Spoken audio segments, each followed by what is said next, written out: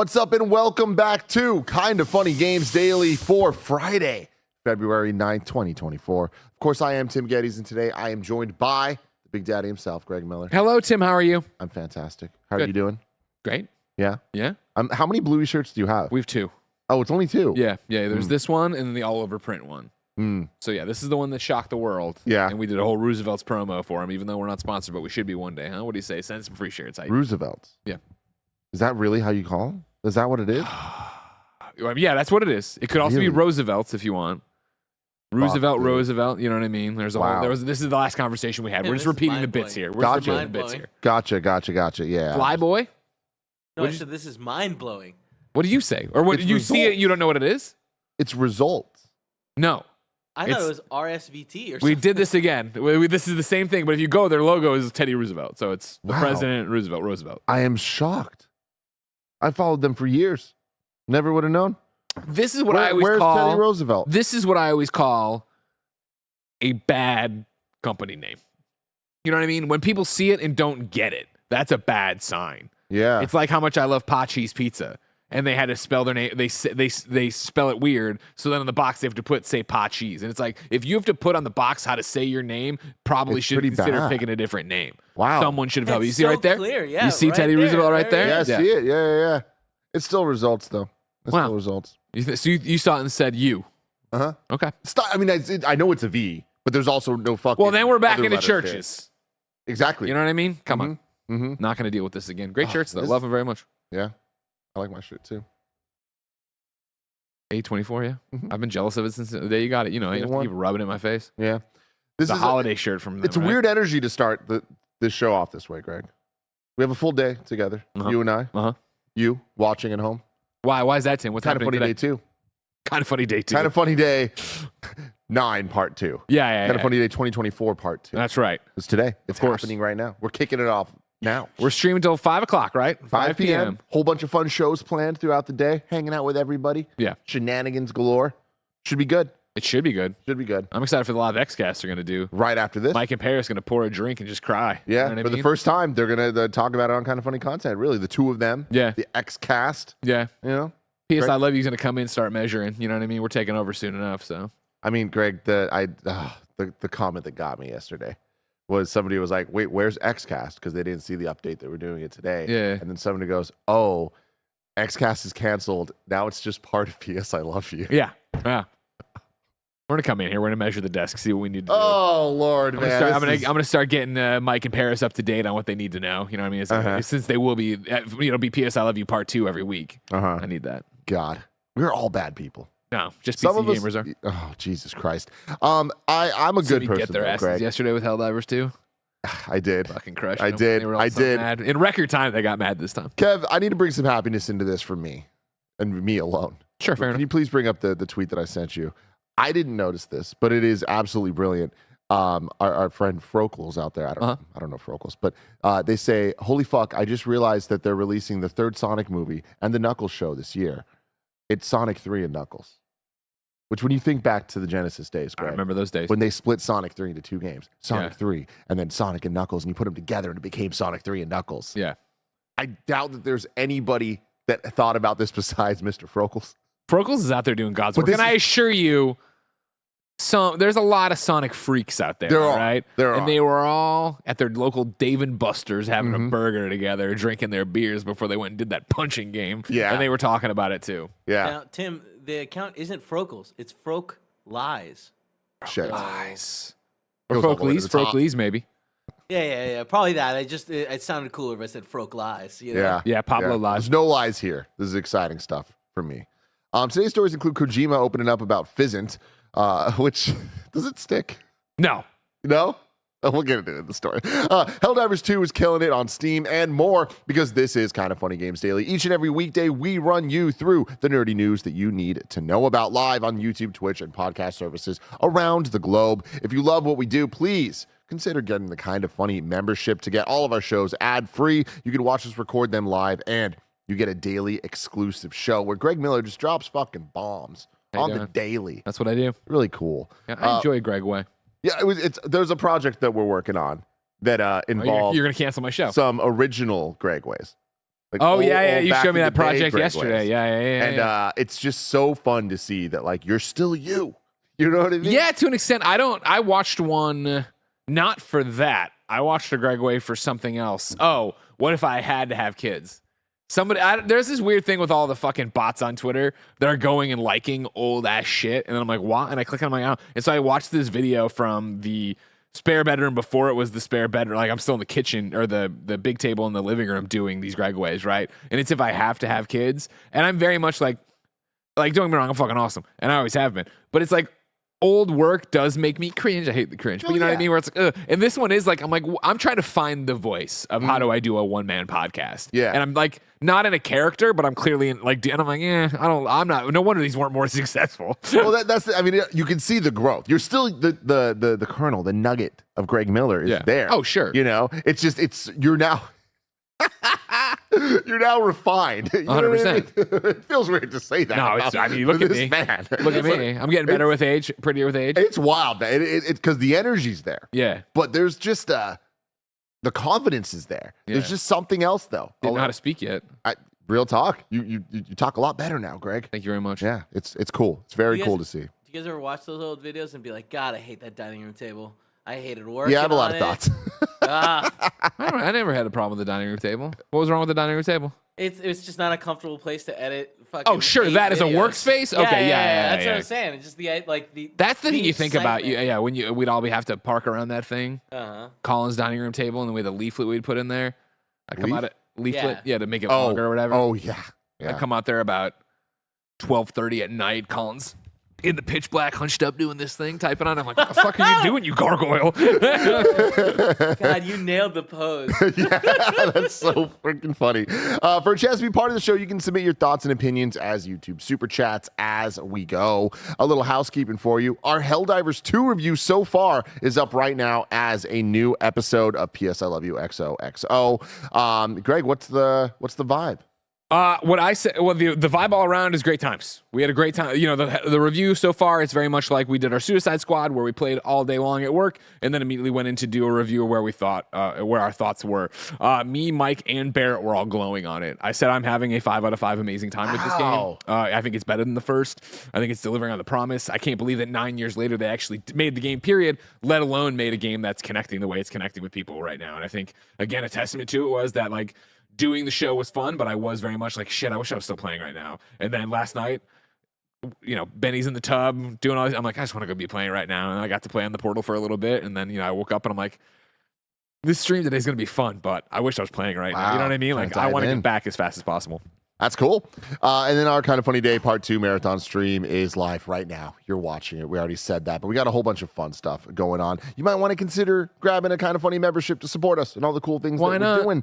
Should be fun. A couple little things we're doing today. Of course, we're doing Games Daily. Now we got the X cast that everyone's been waiting for. Paris and Mike talking about their thoughts on what might happen next week after this. Then we got Game Showdown. Then we just got a whole bunch of fun stuff. Fun stuff planned.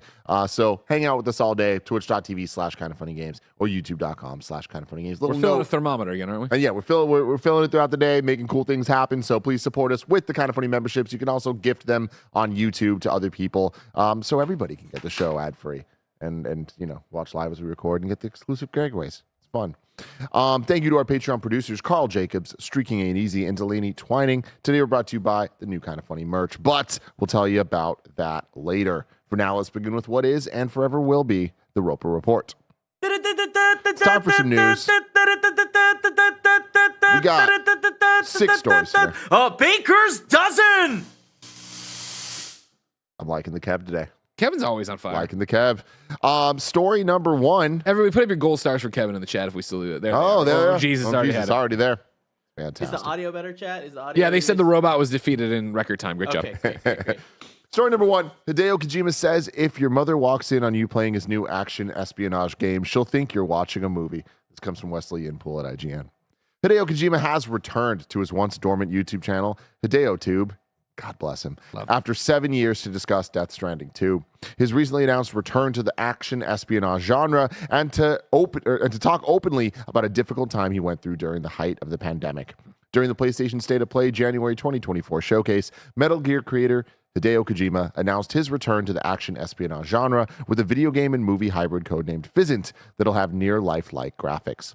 We don't know much about Physint, but what we do know suggests a PlayStation 6 launch is a distinct possibility.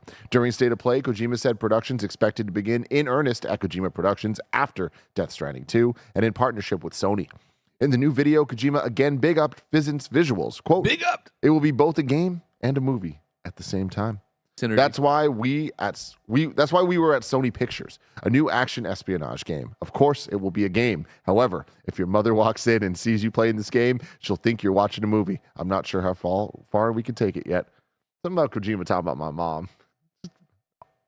Awesome. Kojima is, of course, famous for his fancy cutscenes and hyper-detailed character models. The way he's talking about Physint, it sounds like we can expect another leap in visuals. There's a lot to break down here, but like this is crazy and exciting stuff, man, because I often think about the Ground Zeroes trailer and about how much of a moment that was of me being like, I don't believe this. We all got bamboozled with Killzone.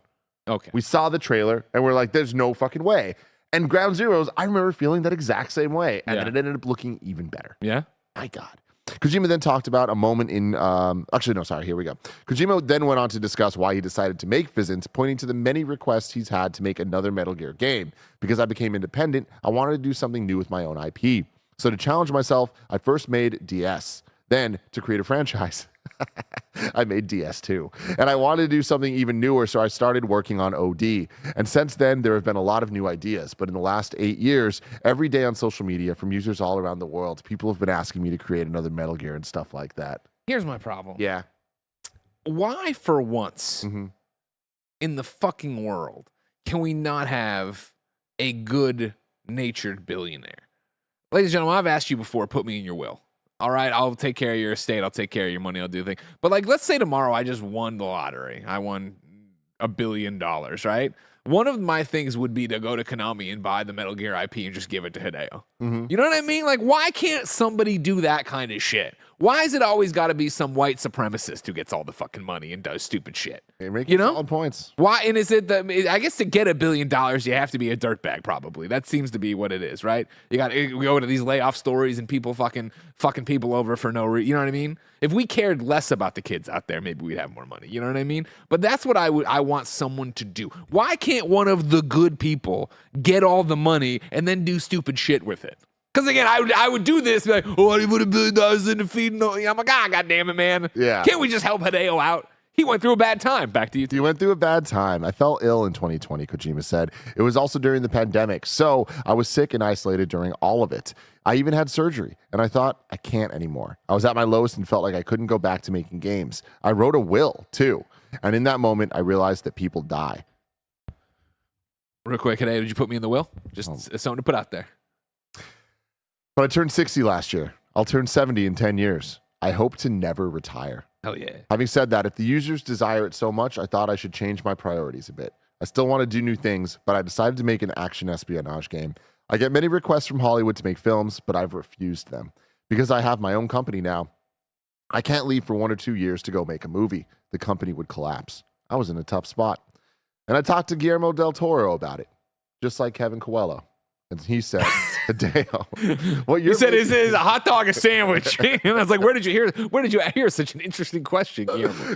Hideo, what you're making is already a movie. Keep going as you are. His words saved me. And since we'll be working with many creators in the business, though the output is a game, it won't be too different from movies. There's so much to break down, so much to talk about here, Greg. Sure. I want to start with Metal Gear Solid. You brought this up. We're talking about it. You get all the millions of dollars in the will and all this stuff. Billions, yes, exactly. And then we figured this out. Obviously, as huge Metal Gear Solid fans, as huge Kojima fans, that's the dream. That is the ideal. But let's talk about that for a second. Is it? Or is this potential that we're probably going to get, which is just a new game? New characters, totally fresh, not needing to worry about anything that came before. Because it's harder for me to get excited about that because I'm a franchise guy. Let's talk about nostalgia and what that means, right? And I think you talk about being committed to video game franchises and what that means and the hype cycle and yada, yada, yada, blah, blah, blah. Like, I want Hideo Kojima to make the games he wants to make, because I'm a Hideo Kojima stan. I love his games. I want to see what's up, right?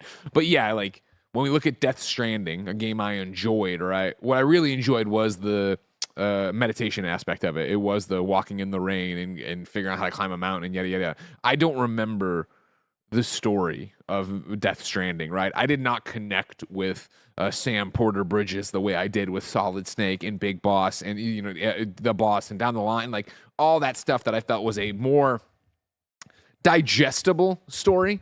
And granted, it was because I think we went from greatness from small beginnings, right? We started with small kernels that then grew into bigger things, I guess seeds that grew into bigger things. So like Death Stranding 2, I'm excited for because Kojima's making another game. Hell yeah, blah, blah, blah. But Death Stranding 2 is like, I don't remember what's going on. I'm not going to replay Death Stranding 1, and I'm arguably more excited for OD. Again, here's a new thing. Here's a horror thing. Here, I'm like, okay, cool. This sounds more exciting than the Chiral Network and doing all these different bridges. And like, I was like, all right, whatever. I'm going to be happy to walk around again, whatever. It's then, a double-edged sword to then talk about this with, okay, Fizzant and Metal Gear, where it's like, awesome, new IP, brand new piece of paper, what are we going to do with it? Sure. But Metal Gear, I know that I liked the world, and I liked where we started from, whereas with Death Stranding, I didn't necessarily feel that way, right? Like, I wasn't like, oh, man, connected to it, right? Metal Gear starting from real American, or world history, but American history to some extent, right? And growing out of that, I thought grounded in a way that made it make a lot of sense. I get worried about, is this going to be super Hideo and super weird? And that's great. And I want him to create whatever he wants to create, but is it going to be a hard jumping on point? Is it going to be, you're in a bunch of weird suits that I don't connect with, that I wish I was in the sneaking suit, and I wish Naomi gave me a peptite and all this different stuff? Like, that's Metal Gear, right? And this is going to be something different. It's also the same thing of like, hey, we're blending, it's going to be a movie, but it's a game, and if they walk, it's like, what does that actually mean, though? Because everybody jumps to FMV, and obviously we've seen so much of the face tech at Game Awards for OD, but it's like, clearly Hideo's experimenting in a lot of different ways, which again, he should. He's great. He was on the search for new technology, which led him, of course, to PlayStation back in the day. I'm excited about all of this, but there is that sense of, it's the great unknown, and I worry about not being as into it as I would be a Metal Gear. Again, because of nostalgia. In the same way, Nintendo and Mario and Zelda and everything there, or Last of Us Part 1 and Last of Us Part 2, and like, we find these things, we love these things, and we move on with these things. But again, to make it very morbid and turn a corner, right? Like, Hideo is getting older. And so it is this idea that, all right, we're starting a new stealth espionage action game, right? Stealth ass. Yeah, cool. Like, if this is launching when the PlayStation 6 launches in 5 years, I'm just throwing that out there. That's not a real thing, probably. And even then, I don't think it's a launch game. Yeah. Like, hopefully. You imagine it'd be like within a year. It'd be awesome if it could be a launch game. But anyways, he's 65 then. You know what I mean? And it's like, okay, cool. Like, he wants to do it forever, totally. And you can to some degree, but like, how many more of those games do you get in that lineage, right? Is he building at right now, Kojima Productions? Is he building a Kojima Jr. underneath him? Is there someone that eventually he's bringing up with him to say, hey, I'm passing the baton to you, and now you go. And I am just going to creative director role. I am doing this thing. To his point here, right? Like, and I, can only ever turn it to my own life and our own life. And kind of funny, right? As we did start a business, and it's again one of those things that I think Hideo sees in us, right? And why he's so good to us all the time and makes the video, welcoming everybody to the spare bedroom, right? But to go in here and talk about like, because if I have my own company now, I can't leave for 1 or 2 years to make a movie. The company would collapse. What does that mean about what if he did get sick and die? Yeah. What if he did have to retire? Does Kojima Productions shut down? Is Kojima Productions forever? And like, it's a funny thing, I guess, in some degree to think about, well, the name's Kojima Productions, but what's in a name? Like, it could, Kojima Productions can become I'm getting these weird games, these narrative games, these crazy good-looking games. That's what I know that is, and that's based on the legacy of Hideo Kojima, right? But is he future-proofing that way? Like, this was us with Kind of Funny, right? Where it was that thing, to bring it back of in 2015 when Colin and I would go on a trip and you and Nick would host Colin and Greg Live, right? There was this thing in the chat like, who are these guys? I don't want it, blah, blah, blah, blah. And it was like, it took a long time to build it up to where now I'm not on Kind of Funny content. I'm not on In Review, and nobody goes, where the fuck is Greg? Nobody gives a shit. Oh, Greg's not here to drink a beer and scream. Big deal. You know what I mean? And it's the same thing for Games Daily. It's the same thing for PS I Love You. It's the same thing for XCast, which is a show that has nothing to do with either of us. You know what I mean? Like, that's amazing, and we've done it. Like, tomorrow, if you and me did die, in each other's arms, of just course. making out. Oh, yeah. You know, you're trying to claw out of the casket, but I put you in and I said, bury me, Jen. We're here. I think the company would go on, right? And it would continue to evolve and change and be a thing. Yeah, and it is interesting him coming out here and stating, we're not like hypothesizing here, stating the company would collapse. It's like, that is the way he's thinking about it now. So I feel like the fact that they're thinking about it and even saying things like this, it's like, I think that it's not as direct. Like, I'm ready for him to do the next thing, though. I'm sorry. I'm ready for him to make the next move and be like, hey, everybody, we have poached Del Walker. We've brought him over here, right? He was at Naughty Dog. He was at Rocksteady. Now he's here, and he is, he's working on his own project, his own game for Kojima, and it's going to be this amazing thing, right? And do that idea of, like, he's a full-time employee, and, like, we are talking about the next generation of this company and where we're going, and it isn't just me. It doesn't have to just be me. Yeah, it's going to be interesting. I wonder when that happens, or if it doesn't. Like, or is Kojima, he is not going to retire, and he's riding this to the end, and his vision is making games, and that's it. He's not worried about the future that he's not a part of. You know what I mean? Yo, fuck all you. Like, there's a potential for that too, and like obviously that's not great for many reasons, but everyone's different, man, and like everyone has their own shit going on. I'm very interested in what this ends up being, like what the game ends up actually being called. Doesn't sound like a sticking name, but I don't know. Who's gonna stop him though? Death Stranding 2 on the beach, man. It's happening. Yeah. Nobody would stop him. And again, that's the whole shtick of like, obviously, I mean, even if you look at Metal Gear Solid, right, underneath it, what's it say? It says stealth espionage action, right? Like there's something there to give you a clue into it. But in this day and age of putting out this thing and it being Kojima's next game and a return to stealth and da-da-da-da, do you need that? Do you need to explain that? I don't think so, especially with the fever pitch I think will be around this game as we get closer, if it looks great, if it is doing the whole thing. Yeah. The movie stuff's so interesting of like, what could that even be? Is it I just hope it just is visuals, because I want to Yeah. play it. I don't want it to be I'm watching stuff happen on screen. I want to participate. Yeah. Which, I mean, like, all jokes aside, I mean this seriously. It's like, what is the difference between Metal Gear Solid 4 and our vision of what this even is, right? Like, there's so many hours of cutscenes. Just what if those cutscenes are live action? Like, would that change that at all? You know what I mean? Yeah. I don't know. Like, no, probably not. You know what I mean? Like, I think especially as good as Death Stranding looks, you know what I mean? Like, I'm watching Norman Reedus do those scenes with Matt Mikkelsen. Like, I know what that is. I'm not having the Uncanny Valley effect, right? Well, I guess, no, that works there.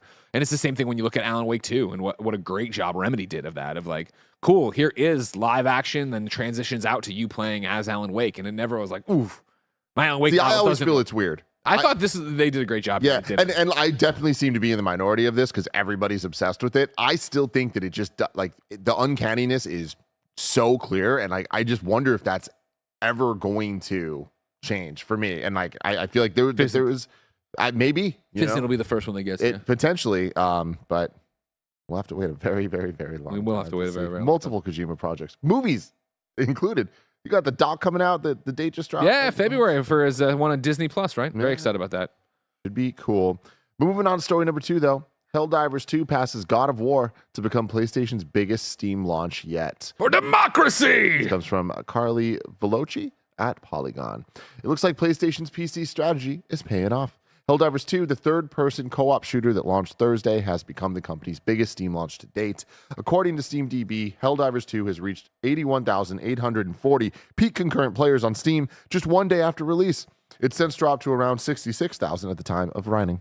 That beats God of War 2018's previous concurrent peak of 73,000 when it hit PC back in 2022. Are you surprised? Yeah. I thought coming off the preview, and I talk about this in the review, so allow me to spin my wheels a second. They kicked us, to a level 11 characters and stuff, so it was a bit overwhelming on everything, and I'm trying to get reacquainted with Helldivers. And it was this thing of like, the minutia is still here that makes Helldivers. That's delightfully complicated, I always say. And I was like, okay, is this going to work for the mainstream or for a large audience? Is this going to work for PlayStation 5 people? We don't know that 100%, right? Because the Steam numbers.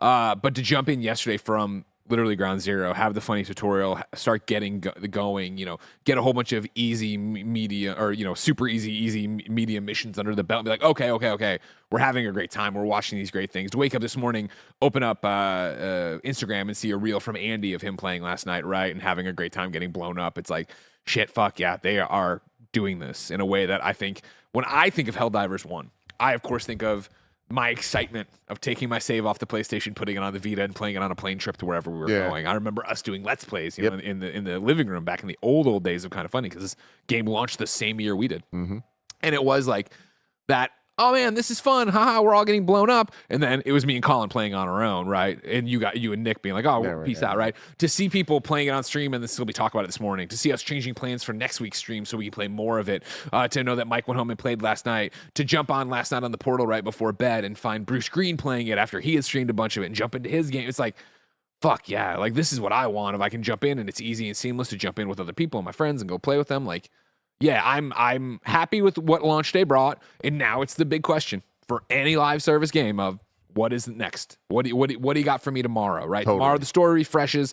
Is there going to be some cool outfits on there that I want to spend money on again because I already bought one outfit? You know, when is the next battle pass? What is the next thing? How are we staying engaged? I talked about on PS I Love You, like, if PlayStation's all in on this being a PlayStation thing, when are we getting the Aloy armor? When are we getting the Helgen armor? Yeah, when are we getting the Last of Us tie-in? Like, let's go. Do you think that happens?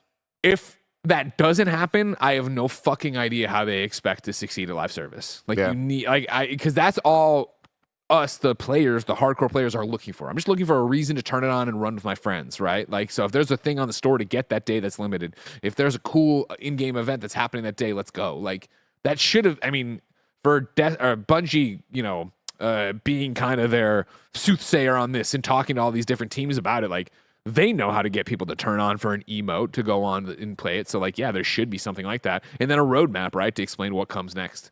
What do you see Helldivers 2 as? Do you see it as a continuation, another drop in strategy Sony's been employing for years, where this is an outlier, but still in line with how they've done things, like of it being a rarity, but still happening? Or do you see this as actually, this is the first of those live service games that we've been talking about for the last couple of years? I think it's a bit of column A and column B. I think it is the first of the live service games. However, I don't think it's one of the big, hey, we're green lighting all these, right?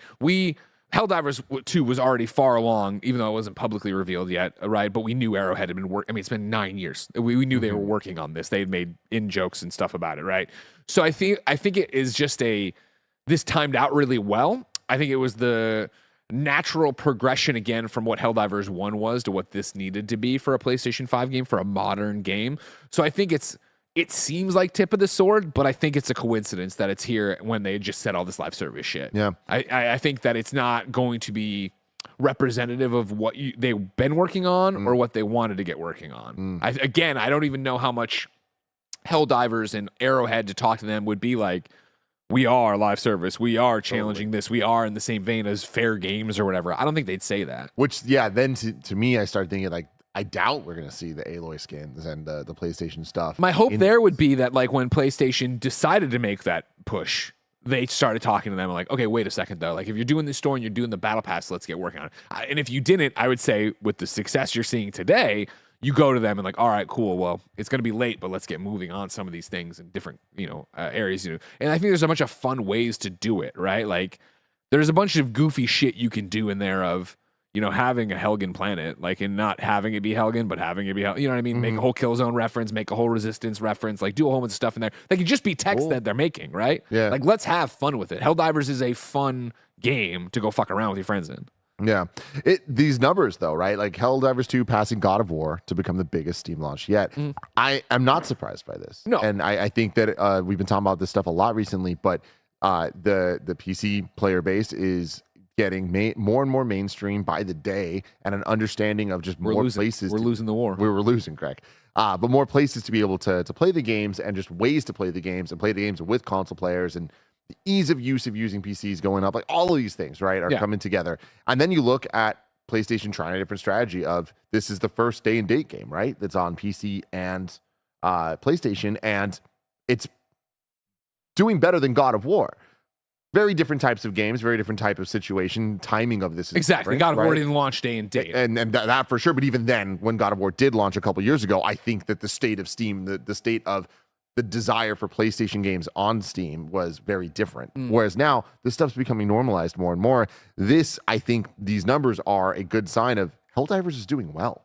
That's surprising. You know what I'm saying? 100%. And it's good. And it's like, well, a big part of why it's doing well is the type of game it is, and it's in the right place, being Steam and PS5. But in conjunction, that creates Helldivers 2 kind of having a chance. You know, like this game needs a community. Here's the biggest chance of it having a community, right? And against all odds, right?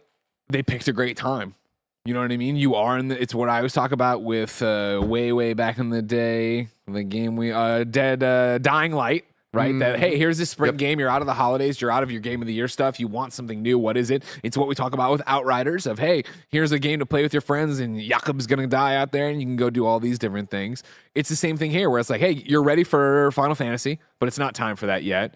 You're ready for X, Y, and Z, but it's not time. You've already had some stuff over there, but it's not, now you're coming off of the games you've already, you had Yakuza, Like a Dragon, right? And it's like, there's all these different games that are out there, but they found a nice little spot right now where it's like, we're not really competing with anybody huge right now. So you can put out a $40 game.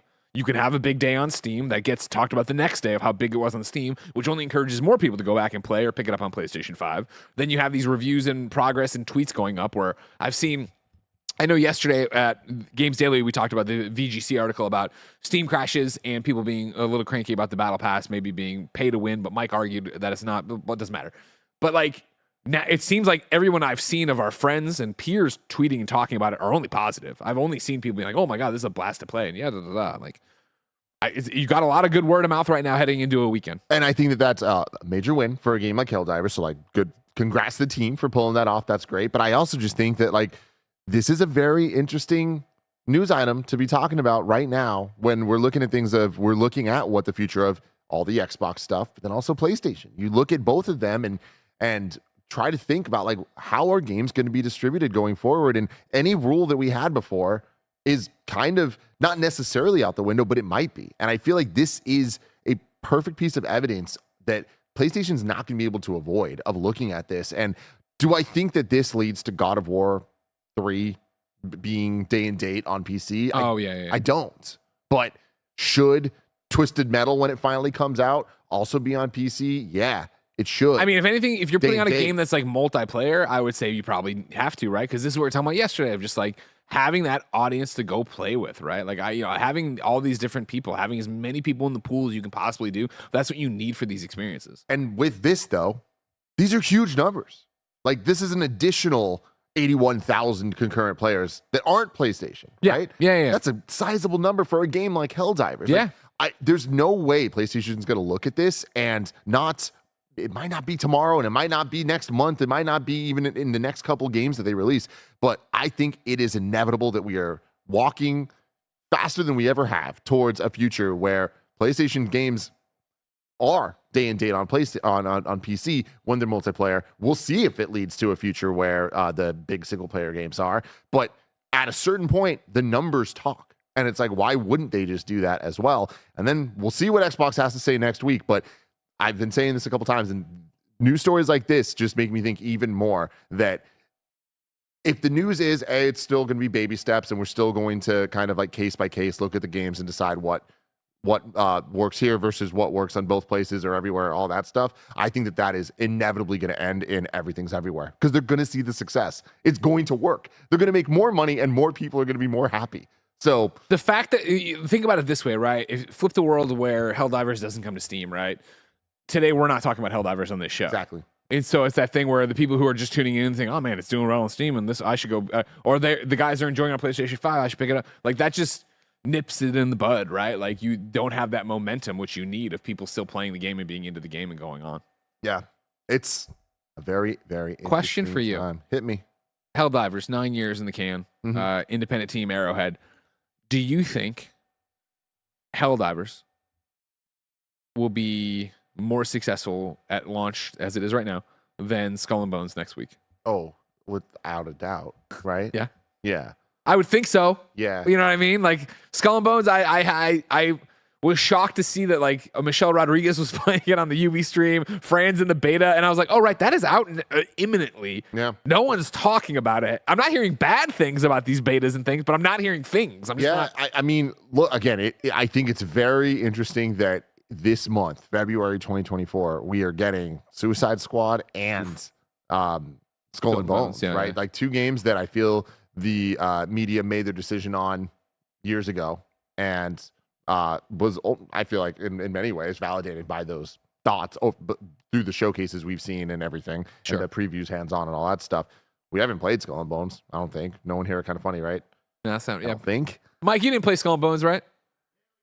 Oh, you did? Oh, haven't. But you know, there is a chance that it finds its audience.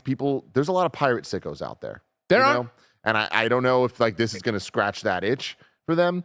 But there is a potential that this is like a weird sleeper hit. But I think even if it is, that's $70. Yeah, that's my thing. It's like, right? Like I think it only has a chance at being a bigger hit than we expect it to. Whereas with Helldivers, I think the numbers we're talking about, it's like they did it. Like this is a success for them that I'm like, didn't expect that. You know? Yeah. I kind of expected the game to come out and like pretty much by all accounts be like, it's a 6. And like it could be fun. Yeah. Maybe a 7. You know, like it could be fun, but like this seems a little better than that. I'm, again, not saying it's the best thing ever, but like, I don't know. Skull and Bones. Very, very surprised it's actually coming out. You know what? I still don't believe it. Well, we have a couple days, you know? Anything can happen. Anything can happen. Anything can happen. They'll dump it at the last second for stock. Oh, man. We're going to take a quick word from our sponsors, but if you don't want to hear it, you got to go get a Kind of Funny membership. You can do that on Patreon or YouTube. But for everyone else, here's a word from our sponsors. This episode is brought to you by kindoffunny.com/store. We've got 2 brand new drops for you this week. First, check out the Kind of Funny broadcast line. Old School Telethons inspired this distressed design and collection for our annual Kind of Funny Day campaign, which includes a t-shirt, tote bag, and coffee cup. Our cozy collection, designed by Nick at Campfire Designs, is also available. Get nice and snuggly in your choice of a crew neck sweatshirt and joggers and a women's cropped hoodie. These have been big hits with the team, and we think you'll love them too. Both collections are available for the next 2 weeks on kindoffunny.com/store. Grab them while you can. I need to ask you something, Greg. Yeah. About Ubisoft. Okay. How well do you know Ubisoft? Well, I mean, I'm a shareholder, don't forget. Oh, that is true. All right. Kevin said I could spend it. I have it. I've lost a lot of money on it. Not a lot. I didn't put a lot of money. I believe I told you it was a bad idea. You said it was okay, not a conflict of interest, since I was doing it as a bit. What is the stock right now? You don't have to play my music, but I'll check. You don't have to play my music. We're fucking clowns here. I love it. Yeah, it's $4.84. I bought it at $5.33. Can you? It'll pay off one day. Can you believe, Greg? Yeah. That Ubisoft Plus gets you every Ubisoft game date when it comes out. Yeah, that sounds right. And it's on Luna too and stuff. I can't believe it. That's just how it works. Yeah. Like if you're on that, you get Skull and Bones, you get Avatar, you get Prince of Persia, you just get all these things. Yeah. What is it that shocks me about this so much? Like you just don't think about it. We talk about PlayStation Plus all the time. We talk about Game Pass all the time. But like, no one's talking about Ubi Plus. Is it just that Ubi hasn't been like hitting right? And like there hasn't been like a ton of games coming out that are like worth talking about? Like, because I feel like even with all that, there has been enough for this to be like, that's a pretty interesting value proposition. And I don't know, it just doesn't feel like it. I mean, yes and no, right? Because it's the back library too, right, to a degree. Mm-hmm. And so it's this question, it's just the fact that like all the Ubi stuff that's been coming out recently, I would say is markedly not for everyone. Avatar was not for everyone. Prince of Persia, incredibly quality game. Sounds like not for me. Not for everyone, right? Yeah, exactly, right? And now we're on the cusp of Skull and Bones, which is definitively not for everyone. But Assassin's Creed, Far Cry, like I think those are the definition of for everyone. Right. You know? But like Mirage wasn't a full-fledged Assassin's Creed game. Yeah. It didn't necessarily fill in what people wanted. It didn't have like the big pomp and circumstance of let's see what happens with this Assassin's Creed Japan this year, right? Like, I'm stoked for that one. Outlaws. For that one. Yeah, Outlaws. Yeah. Star Wars Outlaws. Yeah. You're going to be able to get as one of these subscription services. I'm just pretty surprised by that. Like, I don't know what surprises me most, because it's not that they offer it. It's that it doesn't seem like it's a big deal. Because that seems like a big deal. It seems like they got it right. But I don't know. Is it a marketing thing, or they're not marketing it correctly? Yeah, probably. You know what I mean? But again, like it's just not, with all due respect, it's just not exciting to be Ubisoft right now. I know, but then is Microsoft Game Pass exciting? Like with what games have they been putting out there? Every once in a while, there's like cool wins and stuff, but like I don't think it's that different than the output of Ubisoft. And this is the thing, yeah, you can only do Ubi Plus on Xbox, right? As I'm scrolling through, yeah, I'm Rusty, how well do I know Ubisoft? How well do I know Ubisoft Plus? A different thing altogether, right? You can do the PC version of it, yeah, and then powered for next gen, enjoy our iconic franchise on Xbox X and S and Xbox One. So again, I'm not even throwing shade at Xbox. It's just not the most popular console at the moment. Yeah, but maybe that is it. That might be the biggest differentiator of like why more people aren't talking about it. Live to Die says no, it is on PlayStation. Yeah. Well, then people are arguing that. I'm on Ubisoft Plus's thing right now. I click console and it's only talking about Xbox, so I'm pretty sure it's only on Xbox. But yeah, it's not fully on PS or Switch. Says Jeff Jazz Faz Raz. I can't read. It's gone. Yeah. People are saying like you can't compare Ubisoft. It's only Ubisoft games. You can't compare that to Game Pass. It's like I know, but like really, we're talking about like the value of it, which is the new games from either Xbox or from Ubisoft. It's again, it pulls the plug on the argument. Is Skull and Bones great for $70? Probably. Who knows? I'll withhold judgment. Let's arguably say no. Yeah. Or I can jump in right now for $18 a month. Yeah. So I'm sure I could cancel after 1 month. I get Skull and Bones for $18 if I want to play with my friends for a month. Story number 3, Ubisoft will not increase investment in VR following disappointing sales of Assassin's Creed. I'm shocked. VR. This comes from Taylor Lyles. My stock! VR fans hoping for Ubisoft to invest more in the space will be disappointed to hear that the company's not planning to increase investment in VR games following disappointing sales of its most recent VR endeavor, Assassin's Creed Nexus VR. During a financial Q&A to discuss Ubisoft's third quarter sales for the 2024 fiscal year, the Ubisoft CEO, Yves Guillemot, responded to a question from a caller who asked what the company plans for VR development due to the recent hardware releases, most notably Apple Vision Pro.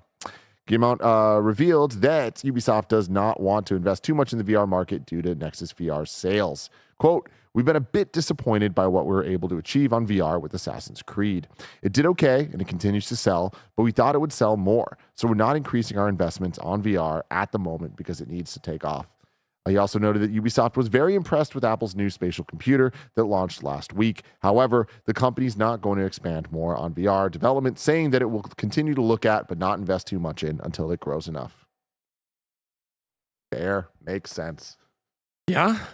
Not to be shocked. You know what I mean? Like, this is what we've seen with VR, just casually watching the industry, watching the thing. It's more surprising when Ubisoft said, yeah, we are making an Assassin's Creed VR game. Like, oh, okay. Like, you know what I mean? Like, I feel like the writing's on the wall for what that market is right now. Market cap potential, right? Exactly. What your return can possibly be. We talk on this show all the time about the business of it, the layoffs of it, the return on investment. That's what everybody wants. And so for Ubisoft, who is taking it on the chin, $4 and some odd cents, for stock right now, they can't afford to make games that aren't huge. This is what they talked about of like doubling down on their IP and partnering with IP like Star Wars or Avatar, right? Like they need to make games that are going to do juggernaut numbers, which is why Prince of Persia was so disappointing for them on, even though it was critical success, not sales so far. Yeah. VR, step it up, everybody. Buy Prince of Persia. VR is VR. And there's an audience that really likes VR, and then there's an audience that just does not care about VR. And I think what the new player here of Apple Pro is incredibly interesting. And you know why it is, Greg? Because they're not talking about it as VR. They're talking about it as a spatial computer. Yeah. And it is like, this is classic Apple of just trying to like change the narrative. And it's Nintendo, right? Yeah. After the Atari fell apart and sunk the video game console market, they came out with the Nintendo Entertainment System. There's a fucking robot. There's a light gun. It's all this stuff. It's not just games. It's not games. Yeah. Let's get you in that way. Absolutely. And, so far it's like definitely, I feel like a exciting concept, and it's way too expensive. That price is going to come down when it's ready to be consumer friendly. Will that point actually come and hit and like work the way that they want it to? We don't know, but it could. And at that point, I can totally see Ubisoft jumping back and making games. It'll be interesting to see if that's what it actually turns out to be, though, right? Like when I see Gary being so excited about his Apple Vision Pro, right? And that's what it's called, Apple Vision Pro, and like putting up a thing. He's talking about the multiple windows and all this jazz and yada yada yada. And he's not talking about VR games. Like there's an aspect that could be there, right? But it's also the same way of like when MetaQuest added in Xbox Game Pass, right, or the cloud gaming, where you could have that up and I'm playing your game. Like that was infinitely more exciting to me than 99% of the VR games on MetaQuest. Yeah. Where I was like, oh, cool, to have it up and play there and have a screen with you wherever you like I could see, again, I want augmented reality, all the screens, yada, yada, yada, to get down to just being my glasses. And I can have it and I switch it on and I do the thing and it pops up and I have a little reticle and a little HUD and whatever's going on there and it looks big to me. with that, I can see Apple doing Apple Vision Pro, shrinking it, making it better like they have with our watches over and over again, right? Like Google Glass that we tried to do. Is that what this is right here? Yeah, it's me wearing Google Glass. Right? And it's, again, like, those are things that I think are going to shrink. And when by the time they get to being my glasses, is VR going to be a thing we want to do? Or will it be, I connect my controller to it and I'm playing my PlayStation, Xbox, whatever, Steam games through my glasses right here and having a great time? Yeah, I think it's going to be that. Like, I think that's going to be like the most appealing thing to the most people. But I do think, as we've seen with video games a million times, like they push tech forward. I was just talking to you before the show about the Dolby Atmos support in PS5 games. Like, I am just blown away by the level of quality experience that sound can have now because of games. Like a unique thing that like I can move a camera around and it changes where sounds are in a 3D space in a way that is, I'll never get that from a movie or a TV show or anything like that, music even. And I feel like when it comes to the VR side of things, like there's been cool, cute little tech demos and stuff. But like I feel like once there's that big level of like understanding a base where this is an enjoyable experience for people, the headset's not too heavy, it is lighter glasses, whatever it is, I do see actual use cases making sense of you're in it. Like it is a fully, you're enveloped in this world's immersive experience, but I do not think that's going to be the standard. And I don't think that's ever going to be like the main goal. But yeah, it just interesting to look into specifically with Ubisoft. Oh, Ubisoft? Yeah. Like, well, again, that's the thing, right? You talk about these big companies, like people are trying to some degree. PlayStation tried with PlayStation VR 2. I don't think they tried hard. I think they tried in the way of making it, not supporting it with games outside of Horizon, right? Like and Gran Turismo, right? Of like, here's a first-party Sony game we actually care about, and it's all quiet on the Western Front as to what's happening beyond that now with that. So it's like people have tried to do this thing and get it to, but can you get it beyond what it is right now? Not with what we have right now. Yeah. Is it worth investing to try to work it up for another 10 years to get to a place? And not yet, I don't think. No. Story number 4. After over 5 years of support, the developers of Dead Cells are finally moving on. This comes from Wesley Yin-Poole at IGN. The developers of the critically acclaimed 2D roguelike Dead Cells have signaled their intention to move on from the game following the release of its final major update later this year. Original developer Motion Twin issued a statement to the Dead Cells Steam page alerting players to Update 35, appropriately titled The End is Near on PC and consoles, and Update 34 called Clean Cut for the mobile version. Update 35 for Dead Cells marks the end of our creative journey on the game. After an incredible 5-year collaboration in bringing additional content to Dead Cells Live Ops, Evil Empire will be pursuing new adventures, and we can't wait to see what they come up with next. This comes after much reflection, especially following the awesome success of the Return to Castlevania DLC last year. A little note from Tim, it was fucking awesome. Yeah. Our commitment to avoiding the more of the same trap and keeping Dead Cells fresh and original has led to this point. As we've seen with other long-running series, it's crucial not to overextend and risk diminishing the unique charm that makes Dead Cells special to us all. This change explains the recent quiet period on updates, as concluding such a partnership required careful planning to ensure a smooth process for everyone, including the community. As always, we'll of course continue to find solutions to make sure that all quality of life issues and bugs are properly fixed across all platforms to provide a worthy experience to all of you. Evil Empire issued a statement of its own, saying its Dead Cells development team is now working on secret projects. Ooh. A little tweet here saying, after 5 years of service, we're hanging up the Dead Cells coat. We're extremely proud of our work on countless updates and DLC, but now it's time for something shiny and new, or maybe more than one thing. Little winky. Oh. More on that very soon. Hell yeah.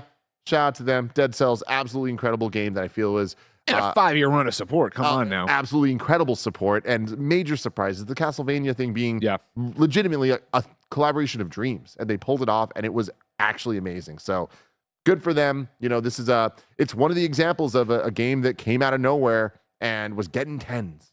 You know, a lot of controversy, but that wasn't their fault. But it's like, you know, like shout out to Dead Cells, shout out to Celeste, like these games that kind of pushed through in an era where there are a million games coming out a month on the indie side. Like these are games that did not come out during the Limbo era. Yeah, you know, this was like it was they stood out amongst everyone else when the quality level I think is just raised across the board. So shout out to y'all. Y'all killed it. Can't wait to see what's next. And then story number 5. We have a required reading for you. Former Overwatch 2 artist alleges shocking mistreatment by Blizzard management. This comes from Rick Lane at PC Gamer. There is a whole thing that everybody should go check out here. Read the entire thread. No, Kevin, this is the wrong one. Breaking things down here. But Blizzard's reputation's taken a pummeling over the last few years. In 2021, horrifying descriptions of the company's toxic workplace culture spilled into the internet after a lawsuit was filed by California's Department of Fair Employment regarding unlawful harassment, discrimination, and retaliation. Following the lawsuit, Blizzard made extensive promises about how they were going to address these problems. And then in an article published in January 2022, former President Mike Ibarra explained the company had established clear internal guidelines as to appropriate conduct and had made multiple hires to improve culture leadership, human resources, and equality within the company. 3 years on from the initial fallout, you might be wondering how all that's going. Well, if recent statements made by former Overwatch 2 artist Chris Sayers are anything to go by, the answer is extremely badly. On Thursday evening, Sayers took to social media to describe a shocking run of events that led to his departure from Blizzard. Sayers, who was promoted to lead VFX artist on Overwatch 2's cosmetic team in July 2023, says he spent most of the year stressed out of my mind due to an array of alleged mistreatment by Blizzard management that included lying to him, gaslighting him, and giving him a, quote, fake promotion. You can check out the full article over on PC Gamer, and there's an entire Twitter thread that's really wild to read. Yeah, I read the thread over there. If you want to go see that on Chris's actual page, it's at not so little c, the letter C there at the end. And yeah, fucking Jesus. You know what I mean? Like, come on. The stuff he had to do, like, no. Nonsense. Greg, huh? I'm tired about hearing all that big news.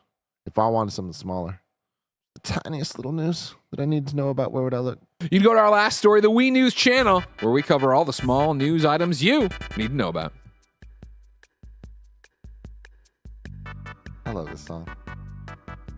From GameSpot, Season 9 of Overwatch 2 is shaking up the gameplay of the hero shooter in a major way. Detailed in a press release, the biggest changes are to hero health pools and projectile sizes. Season 9 of Overwatch 2 also marks a reset for competitive mode. Not only is everyone getting a true rank reset, but the way changes are tracked is changing too. A little thing from VGC, Take-Two publishing label Private Division has delayed No Rest for the Wicked, the upcoming action RPG from Ori developer Moon Studios. While it was previously due to hit Steam Early Access in the first quarter of 2024, it'll now arrive in the second quarter of the calendar year instead. Legend of Zelda Orchestra Concert from Nintendo Live 2024 is now available on YouTube. Did you watch it yet? Nah, I just skimmed through it. It's incredible. All the Zelda concerts are great. This one has Tears of the Kingdom music, so it's better. Resident Evil 4 Gold Edition's out today for PS5, Xbox Series X and S, PlayStation 4, and PC. Loop Heroes coming to Android and iOS on April 30th. Ooh, that's perfect. Great game for mobile. Street Fighter 6's third DLC character, Ed, will be released on February 27th. Capcom has confirmed. They're not even trying. Here's Ed. That's what we got for you there, everybody. Now it's time to do a little super chats. Greggy? Yeah. You want to hit me with some of them? Yeah, there's tons of them. Thanks so much for supporting. Remember, if you want to be part of the show live as we go, you can super chat with us. We have a whole bunch. We'll start with Waleed. Which PlayStation VR 2 games and price can make it a success? Nothing. It's over. I don't think you can come. I don't think you come back from this. Yeah, I mean, honestly, like it sounds mean, but it's just honest. I mean, Naughty Dog is making whatever Uncharted, a Last of Us, and it's going to be game of the year. It's got to be a 10 out of 10. It's got to be all these different things. And even then, like PlayStation VR 2, you got to bring that price down. Yeah. To get it into like, what are we trying to do? What is this success to? This is the other big question we've had, right? Where it's just like, what is an actual success? Again, ROI.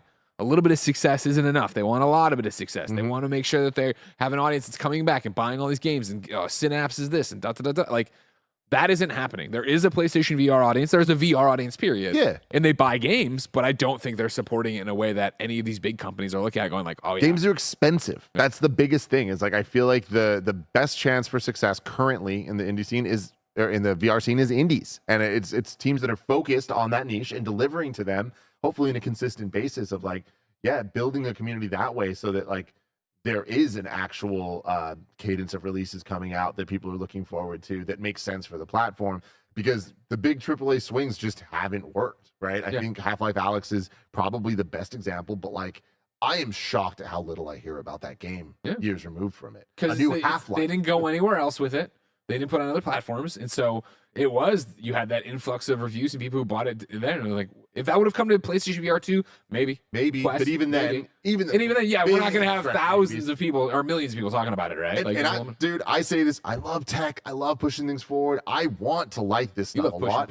I really do. But PSVR 2, I was so excited about a month ago to take it home and play around with it. And like, man, there was so much good with it. There's so much cool stuff. And booting up Resident Evil 4 Remake, and I'm playing it in VR. I am in the world of Resident Evil 4. I was blown away. It was one of the most impressive gaming experiences I've ever had. And I played it for 30 minutes and I was like, God, man, I just can't imagine playing the game this way. Yeah. And like, that sucks because it was so cool and like the best thing ever. And again, I'm not saying, I didn't like it so nobody else likes it. I am just saying, like, I'm somebody that really wants to like it, and I can't justify playing it this way. We can toss so much into the VR discussion, right? And we've said it a million different places and done a million different things, right? But I think one of the root problems is that video games are so good right now. So good because we've had decades to get to where we are, to know what Helldivers should feel like and know what name the game that's great that should feel like and move like, right? Whereas with VR, you're still trying to figure that out, the basics of what should a great VR game feel like, right? And how should it go? And then right now, you're trying to get people to buy into this. Like they want them to flood the market and buy into it. So we're throwing major IP at it to a degree of a Horizon or whatever, right? But it's like, well, that isn't as good as Horizon, and then it's also getting in the way of the normal progression of what VR should be. Yeah. Right? Like you think back to an NES, and arcades on, right? Yes, there was, let's make sequels and things like that, but it wasn't so beholden. The people were trying new things and finding new things and doing it, and people were flocking to that new IP. Whereas now, to ask you to invest in a headset, to do all these, what is the price point for PlayStation VR 2 to make it a success? PlayStation 6 needs to have a VR pack in at launch and not be $1 gajillion. Yep. It needs to go the way of the Switch, where it's like, guess what? We're not saying it's a handheld. There's a handheld and there's a console. It's one fucking thing. This is the thing. This is what we are. 100%. And PlayStation is not that. That's not what they want. So that's not going to happen. You're so right. I do, though, want to give the biggest shout in the world to Beat Saber. I think that Beat Saber is a perfect example of what you're talking about, of like, it is just, we know what it's supposed to feel like. VR is supposed to feel like Beat Saber. Yeah. Where anybody can put it on and they're like, I'm fucking in. Yeah. And if you just look at Beat Saber as like the most expensive rock band type situation for just a peripheral to play a game, I still argue it might be worth it. But that's just me. Simple man. Ignacio Rojas gave a super chat and said, Greg, what's the update on your Pokemon journey? Have I seen the rumors of the next Let's Go game? Will you be my Go friend? Tim can vouch for me. The update is I haven't played since Rumble because I've been reviewing games nonstop since home, but I am on the road to DICE, and I do expect just to bring that.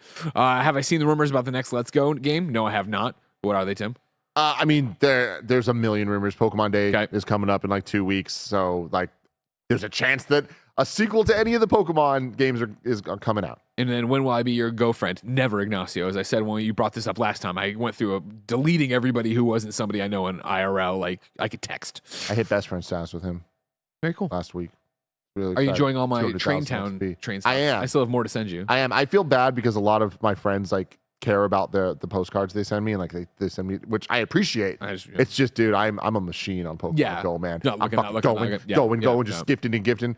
50 gifts a day, dude. It's fucking insane. Ponemus Prime, with Fizzant presumably being something like Alan Wake 2 that incorporates live action, what actor would you want to see in the lead role? Mr. Bean. Jesus Christ. That's one way to go. Sure. Yeah. Okay.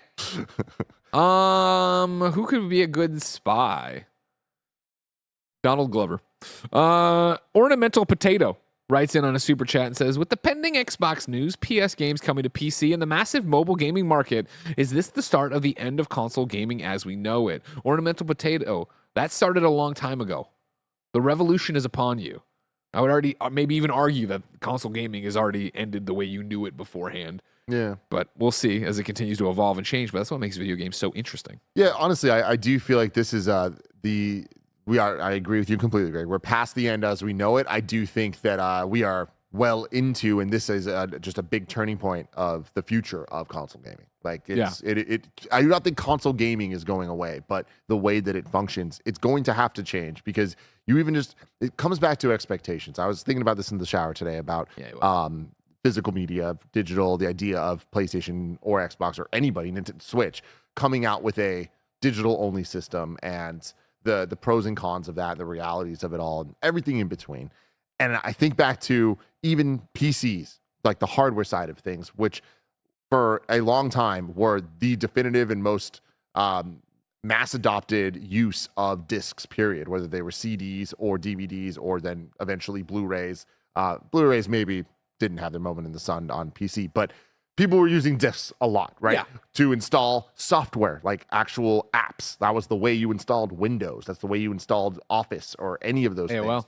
things. AOL, all the demo discs and all that stuff. The just discs. PC had so many uses for them. And then it's been over a decade plus since PCs come with a disk drive. Like, does anybody you know have a disk drive on their PC?